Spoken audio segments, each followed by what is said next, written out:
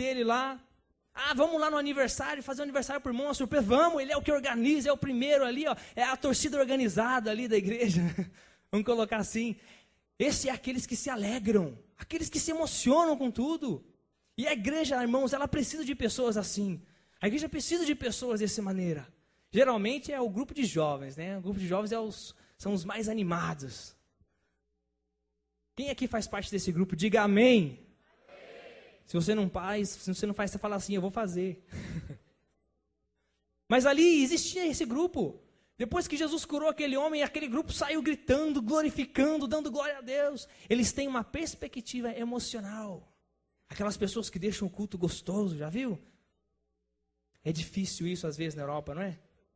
Meu Deus, irmãos. Às vezes você está pregando, você está cantando, você está lá e tal, e não é falta de oração, não é falta de nada e tal, e tem aquele pessoa que está assim para tua cara, assim, ó.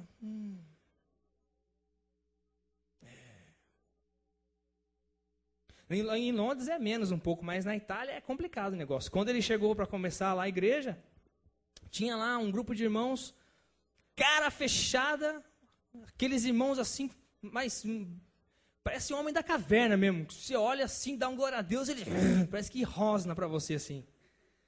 E aí é com jeitinho, com estratégia e tal, e vai falando aqui, irmão, não é assim, não é assado. Essas pessoas não mudam da água para o vinho, não é assim.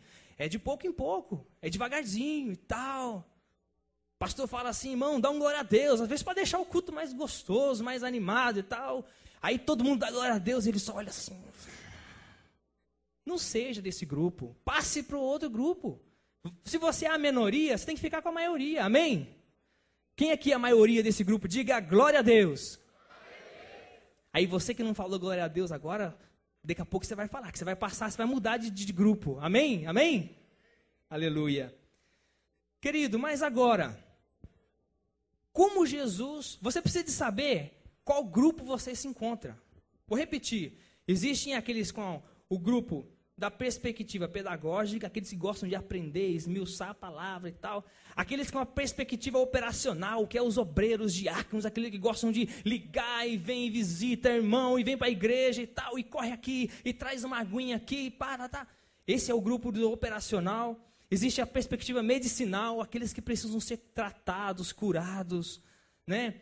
Existem aqueles também da perspectiva intelectual, que é os narizinhos empinados e tal. Lá a gente vem de Curitiba, né? E dizem que o curitibano ele é meio narizinho empinado. Quem aqui é de Curitiba? Não tem ninguém, né? Lógico.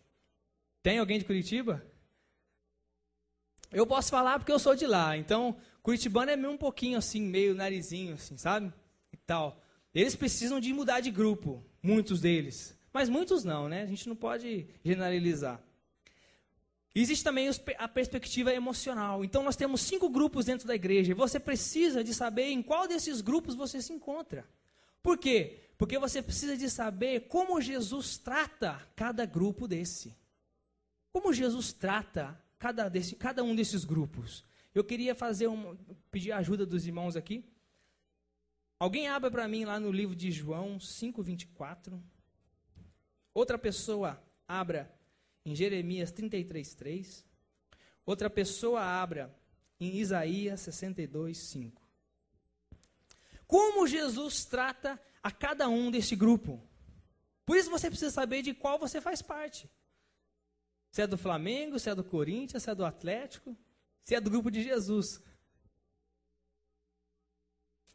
Como Jesus trata o primeiro grupo, que é aqueles que ouvem a palavra, aqueles que gostam de vir na igreja, e o pastor está ali pregando e ministrando, e está tendo um estudo diferente na igreja, aquele irmão está lá igual o crente de Bereia, que fica escrevendo tudo e tal, e depois vai conferir nas escrituras, né? Jesus gosta desse grupo de pessoas, Jesus ama esse tipo de gente, porque são pessoas que querem crescer na palavra, que querem aprender da palavra de Deus.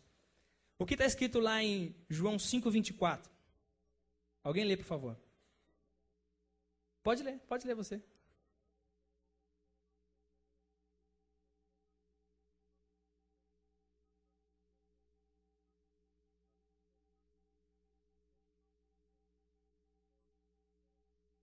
Aquele que ouve a minha palavra tem a vida eterna, e não entrará em condenação, pois passou da morte para a vida. Pois se você faz parte desse grupo, Deus tem essa palavra para você. Você não está morto, mas você está vivo. E Deus gosta de você, porque você ouve a palavra dele, assim como tinha pessoas ali, os ouvintes, aqueles que estavam ouvindo. Jesus gosta de você porque você ouve, porque você se preocupa em aprender. Agora no versículo segundo, esse é para o primeiro grupo. Agora para o segundo grupo, o versículo 5 do mesmo que nós lemos aqui, eu vou ler, diz assim: vendo a fé que eles tinham, Jesus disse ao paralítico: filho, os teus pecados estão perdoados. Se você é aquele que está trabalhando na casa de Deus e tal, e você gosta de estar na casa do Senhor, saiba que Deus está olhando a sua fé. Você é aquele grupo operacional, aquele que gosta de ligar para as pessoas, para elas virem na igreja. Quando tem um irmão que está lá meio doentinho, você vai lá, faz uma visita e tal. E quando você está orando por algum familiar, alguém da sua casa, os seus amigos, não pare de orar, continue orando, porque Deus está olhando para você, Deus está vendo a sua fé, amém? Amém? Agora, Jeremias 33:3, alguém pode ler?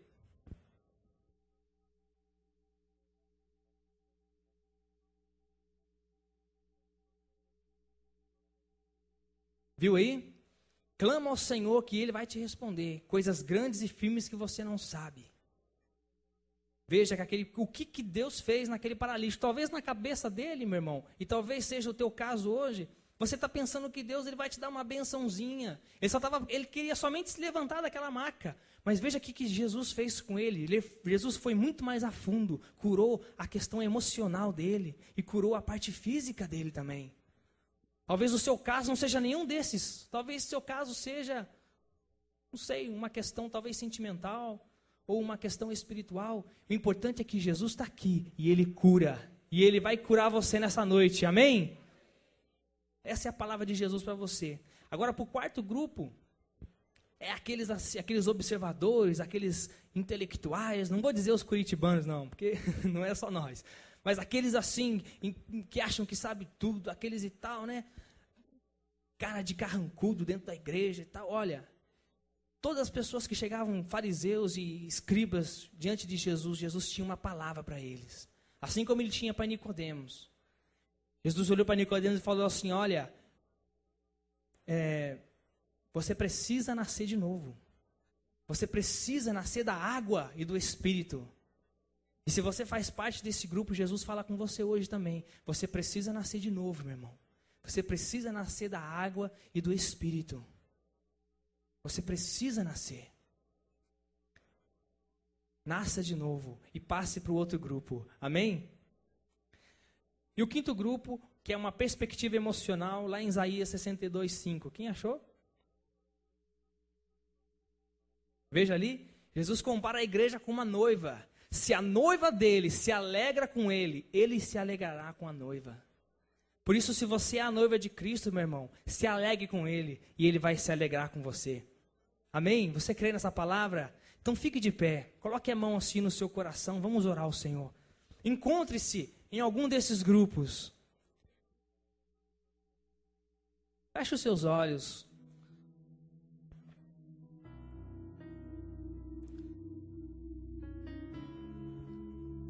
Aleluia, Jesus. O mais complicado dessa palavra é que nós sabemos, felizmente ou infelizmente, que esses 5 grupos, eles se encontram dentro da igreja. E você faz parte de um desses. Se você tem uma perspectiva medicinal, meu irmão, Jesus quer trazer a cura para você nessa hora. Talvez você é um jovem que está cheio de dúvidas na cabeça. Senhor, o que eu faço da vida? Jesus, Ele tem a resposta para você hoje. Coloque a mão no seu coração assim. Comece a falar com o Pai. Comece a falar com Deus. Se encontre em um desses grupos. Talvez você é um intelectual desses aqui que precisa de cura, precisa de libertação no seu intelecto. Deus, Ele quer trazer para você isso hoje. Aleluias. Oh.